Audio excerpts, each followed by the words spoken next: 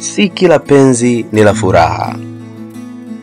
Kuna mapenzi yanaitwa mapenzi sumaku, yanayokuvuta lakini polepole yanakuharibu kisaikolojia. Wengi hubaki kwenye mahusiano yenye mateso kwa sababu ya mapenzi. Wengine wanahofia upweke na matarajio ya jamii, lakini wanajikuta wakipoteza furaha, wakipoteza kujiamini na hata afya yao ya akili. Kuna dalili kuu 3 za mapenzi sumaku, na mimi leo nitazisema zote. Dalili ya kwanza, kujihisi mdogo au kutothaminiwa.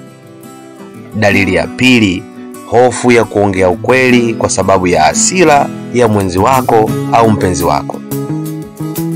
Dalili ya 3, kila mara unajilaumu kwa makosa ambayo sio yako. Nikwambie tu, kukaa kwenye mahusiano kama haya huleta huzuni, wasiwasi na hata mfadhaiko. Lakini lazima utambue kwamba uamuzi wa kujiondoa ni hatua ya kujilinda kiafya. Unamjua mtu aliye kwenye mapenzi sumaku?